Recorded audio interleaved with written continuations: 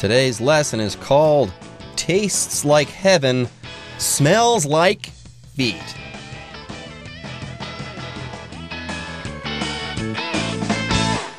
Hi everyone, my name is Jeff. I am Roger. Today we're talking about something that tastes really good, but then it smells really bad. Are they talking about chou tofu? That's what they say about chou tofu. It smells bad, but when you eat it, it's really tasty. You know, I don't think we're talking about chou tofu in today's program. Yes, here we're not talking about stinky tofu, though. We're talking about durian. Yes, durian is a fruit. It tastes great. It tastes like heaven, but it smells terrible. It smells like feet. Stinky feet. And yes, whenever I walk into a supermarket here in Taiwan and I immediately smell something foul, I immediately smell a stench, I know that they have just stocked durian. Durian is there and is stinking the place up. But yes, durian does taste quite good. It does taste like heaven. All right, everyone, with that, it is time for us to take a short break, but don't go away. We'll be right back after this. Tastes like heaven, smells like feet. As big as a soccer ball, with a spiky exterior, custard-like inner flesh, and an eye-watering odor, the durian is one of Southeast Asia's most distinctive fruits. It is hated with a passion by some, but greatly loved by many others, making durian highly sought after at many Asian markets due to its limited season and short shelf life.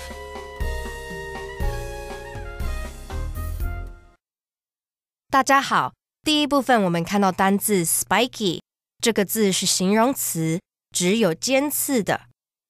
例如 Some plants with spiky stems keep the bugs away from them. 有些植物有尖刺的茎来防止虫靠近。接着我们看到一个名词 exterior， 指外观、外表、外貌。像是 The exterior of the building is rather ugly, but the apartments inside are luxurious. 这栋大楼的外观相当丑陋，但内部的公寓非常豪华。另外补充 exterior 的反义词 interior。interior, interior, 指内部。我们可以说 The interior of the room is very dark because there are hardly any windows. 房间的内部很黑，因为它几乎没有窗户。再来，我们看到单字 odor， 这个字是名词，指气味，常指令人不悦的味道，臭味。举例来说 After Jeremy cooked dinner,The room had a strong odor of garlic. 在 Jeremy 煮完晚餐后，房间内充满很浓的大蒜味。接下来我们看到一个形容词 distinctive， 指独特的、特别的。例如 The singer has a distinctive hairstyle which makes her stand out from the crowd. 这位歌手有着独树一帜的发型，让他在人群中很显眼。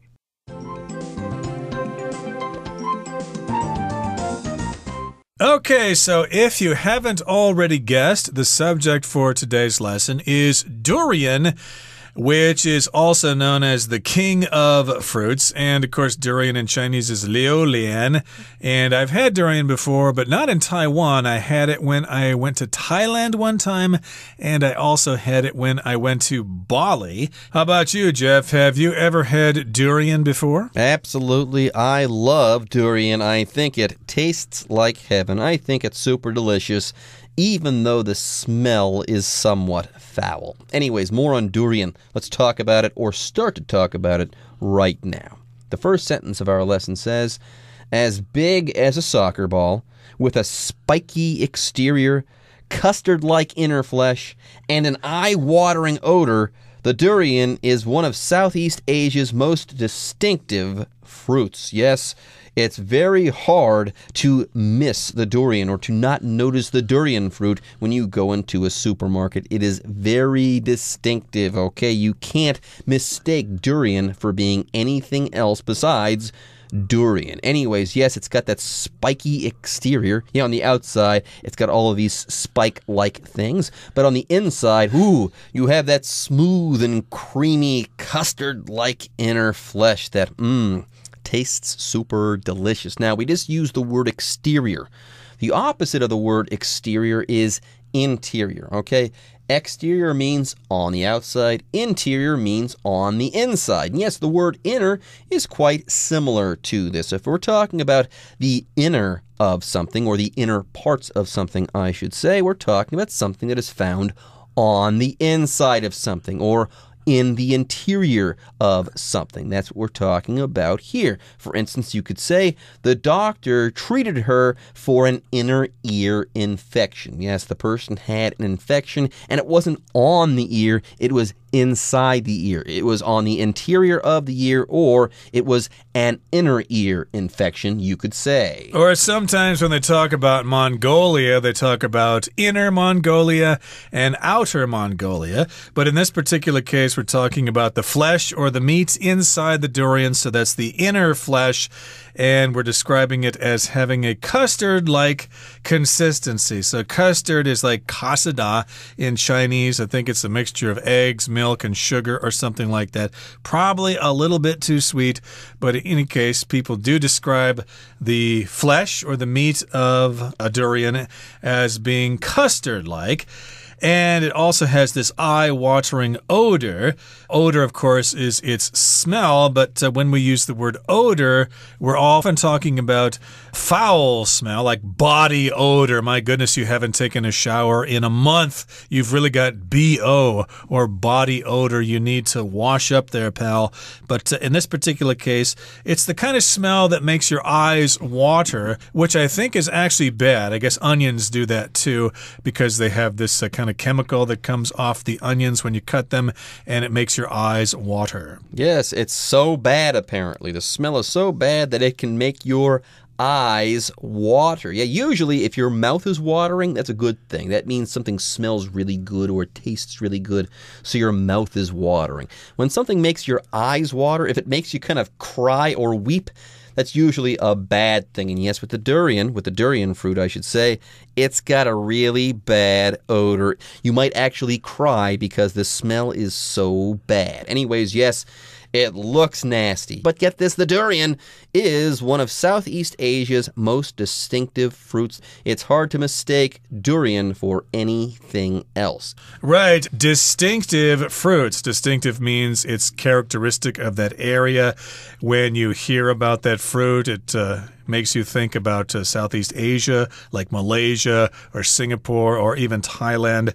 Distinctive fruits here in Taiwan would be what? Mango or guava or something. Those are some distinctive fruits of Taiwan. But, you know, it's kind of a love-hate kind of fruit.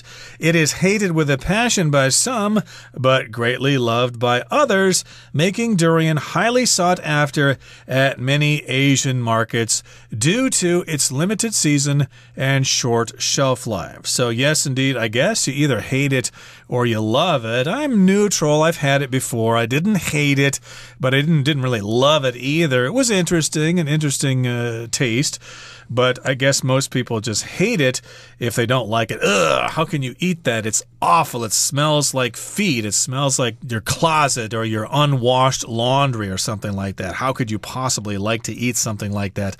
Like some people feel that way about blue cheese. How could you eat that? It tastes like mold on a wall or something like that. And looks like it too. Yeah, I hate blue cheese with a passion. I dislike it greatly, and this is the case with durian as well.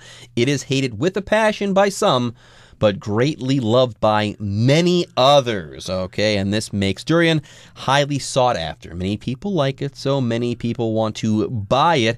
And yes, make sure you buy it when it gets to the market, because durian, when it grows, that growing season, that's going to be limited, and it won't last long once it gets to the stores. It has a short shelf life. Anyways, let's talk about this phrase, due to something, okay? The phrase due to something means because of something, or as a result of something, or owing to something. For example, you could say, our flight was delayed due to severe weather. So why was your flight delayed? Because of or due to that severe weather. All right, folks, with that, it is time for us to take a short break, but don't go away.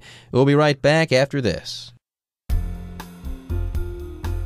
Growing best in wet tropical climates, durian trees can reach up to 50 meters in height.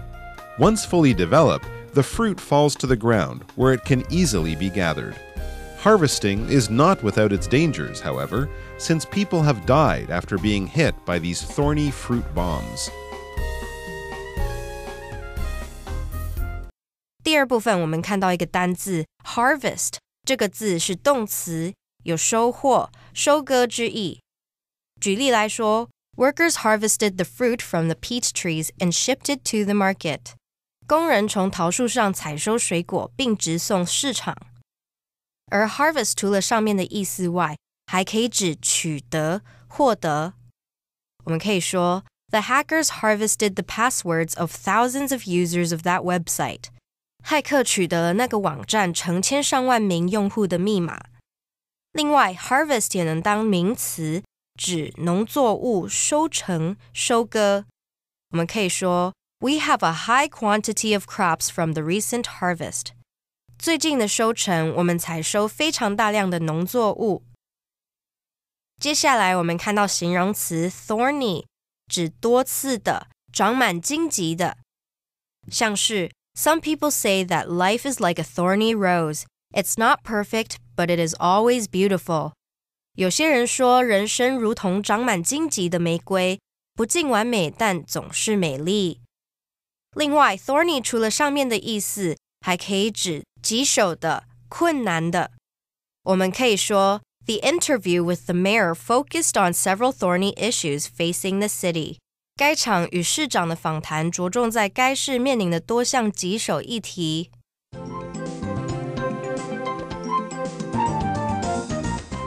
Okay, so you may not know about where durians come from. So, growing best in wet tropical climates, durian trees can reach up to 50 meters in height. So, of course, I guess these grow best in wet tropical climates. So, I guess Taiwan doesn't count because Taiwan is subtropical, but you've got to get down to, say, Singapore, Indonesia, Malaysia to have tropical climates, or maybe Brazil or someplace like that. And durian trees are really tall. They can get up to 50 meters in height. That's like half the size of a football field. Wow, there you go. That's a tall tree. Now, when I think of fruit trees, I think of like orange trees or apple trees. They don't really get all that tall. That's not the case here for durian trees. Durian trees can reach up to 50 meters in height. How amazing. And yes, these durian trees, they grow best in wet tropical climates. Now, if we're being specific, if we're talking about something that is tropical, we're talking about a place or a thing that is found between the Tropic of Cancer and the Tropic of Capricorn, okay? Those are lines that are above and then below the equator. And if you're next to the equator there in that region, you are going to have some hot and humid weather. So very often when people talk about tropical places, they are talking about places that are hot and humid and which feature jungles and stuff like that. But anyways, here's a good example sentence. I love vacationing in tropical areas like Borneo. So once fully developed, the fruit falls to the ground where it can easily be gathered. So, of course, you don't need people to climb up in those trees and pick the durian fruits or to cut them off. They basically fall out of the tree on their own, kind of like coconuts. I think coconuts do that too. They just fall off of the tree because they're too heavy. So they can just be gathered. People can go there and bring them together, put them in a basket, and then take them to market. And harvesting is not without its dangers, however, since people have died after being hit by these thorny fruit bombs. Yes, that could happen, I suppose. It is not without its dangers, which means it can be dangerous gathering durian from the ground there because people have died being hit by these fruit bombs, which we're describing as thorny fruit bombs. If something's thorny, it's got things that are kind of pointed, like some plants are thorny, like roses are thorny. The rose is nice, but then the stem below it is thorny. It's got those sharp things sticking out, so you gotta be careful. There you go. It sounds like these durian fruit, that they're very dangerous. They can fall out of trees and kill people. Further, they look scary and smell terrible. Why did people start to eat these things in the first place? This has got me totally stumped. I have no idea how this came to pass. Anyways, folks, with that, it's time for us to take a break. But don't go away. When we come back, we'll start to wrap up today's lesson on durian. If you're shopping for durian, the best way to tell if one is ready for eating is by its particularly powerful smell, which some have compared to smelly feet. In fact, the smell is so pungent that the Singapore subway system doesn't allow passengers to take durian into stations or onto trains. Although it may be the ugly duckling of the fruit family, there is much more to the durian than meets the eye, or nose, for that matter.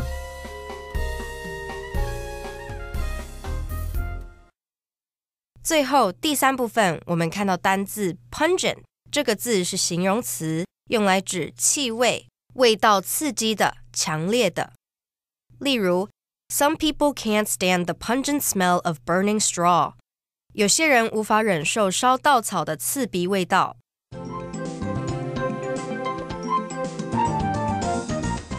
All right, here in the third and final part of our lesson, it says, if you're shopping for durian, the best way to tell if one is ready for eating is by its particularly powerful smell, which some have compared to smelly feet. So, of course, I'm not an expert in shopping for durian, but I understand that people in Singapore are experts there. So if you go to the market and you want to pick out a durian that's best for eating, you've got to use your nose. You've got to check out that powerful smell. It's got to be really powerful, really strong, really pungent. And, of course, lots of people have compared this smell to smelly feet. So if you've been out working all day long, walking on the streets, and then you go home and you take off your socks, and then somebody comes up and smells your toes, that might be the smell of durian. There you go. Here we have the word compare to talk about, okay? Now, sometimes people confuse two phrases using this particular word. You can compare A to B, that's compare plus to, or you can have compare A with B, that's compare plus with. Now, nowadays, these two phrases are used interchangeably, but there is a slight difference to them, and I'll go over it right now if you want to talk about that. Yeah, to compare A to B is to point out how two different things are similar. Now, on the other hand, if you compare A with B, okay, you point out how two similar things are different. So here they're saying that, yes, durian here, some people have compared this smell to that of smelly feet. Okay, so yes, durian and feet, two different things, kind of have the same smell, or they have similar smells, I should say. Anyways, more on the smell of durian. In fact, the smell is so pungent and so strong that the Singapore subway system doesn't allow passengers to take durian into stations or onto trains. Oh, no. How am I going to transport my durian when I travel to Singapore? I guess I'll have to take a taxi or something like that. But yes, we're describing the smell of durian as being pungent, which means really strong, really overbearing, like the pungent smell of garlic, for example. Some people don't like that smell. It's so strong, it's so pungent. So here in the final paragraph it says, although it may be the ugly duckling of the fruit family, there is much more to the durian that meets the eye, or nose for that matter. Okay, so we're describing this as the ugly duckling. Maybe you know the fairy tale of the ugly duckling. There was one duckling that was not as beautiful as the other ones, but later on it grew up to be a beautiful swan. But yes, oftentimes we describe something that's the black sheep of the family as being the ugly duckling. Yes, durian is probably an acquired taste. You either love it or you hate it. But still, there's much more to a durian than meets the eye. That's the phrase we often use, more than meets the eye, like the Transformers, more than meets the eye. Transformers, of course, can change from a car into a big robot. There you go. Yeah, this phrase is used when you're trying to say that something is more interesting, impressive, or complicated than what they kind of seem to be at first. For instance, you could say, there's more than the game of Go than meets the eye. It's not as simple or as straightforward as it seems. Then before we take a break, let's talk about this particular phrase, for that matter. This adverbial phrase refers to something that you said earlier, okay? And you're trying to emphasize that this thing is similar to what you previously mentioned. For instance, you could say, I don't like eating anything that is green. I only eat meat. I don't like to eat salad or any other green vegetables for that matter. Okay, that brings us to the end of our lesson for today. Let's listen now to our Chinese teacher.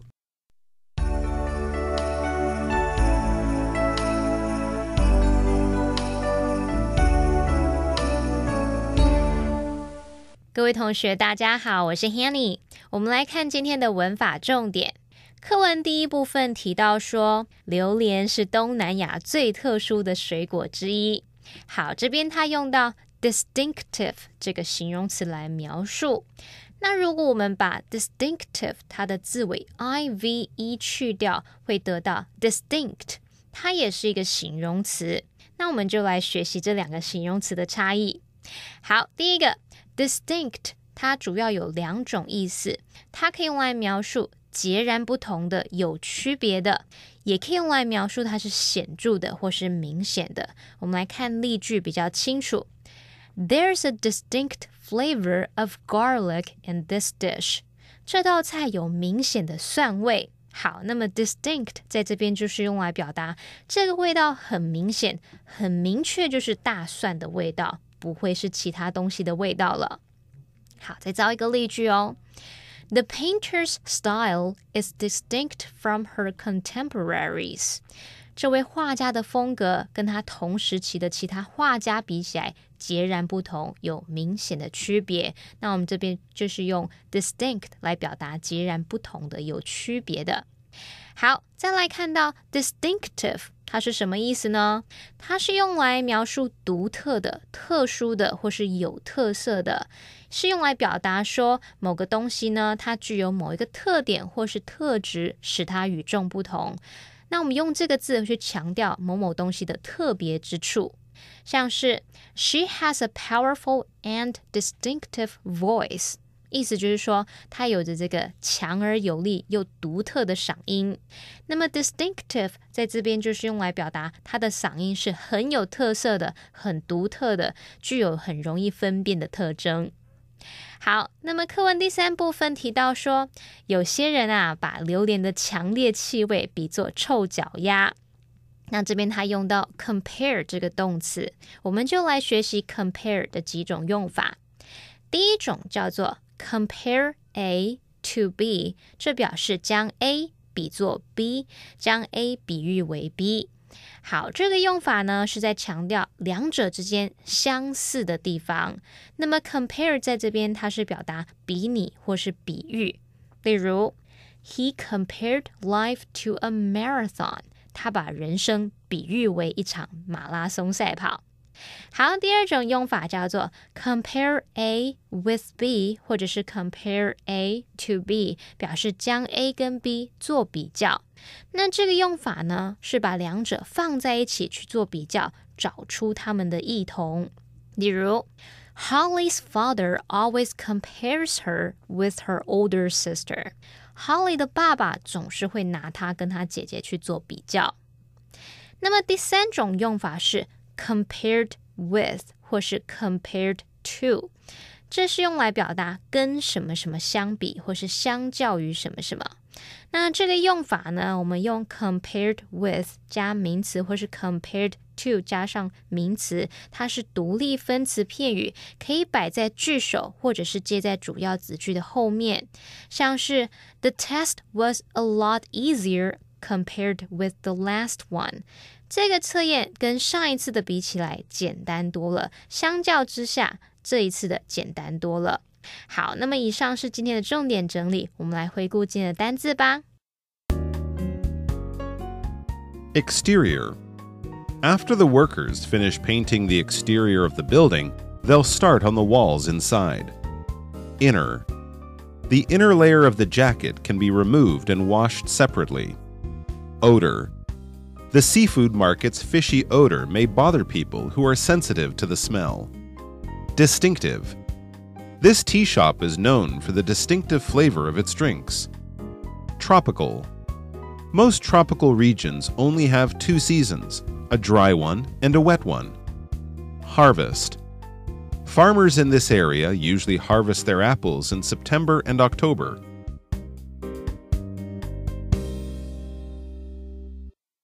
Okay, everyone. With that, today's article is now complete. But, as always, we sure hope that you guys have enjoyed reading along with us. Anyways, I'm Jeff. I am Roger. See you next time.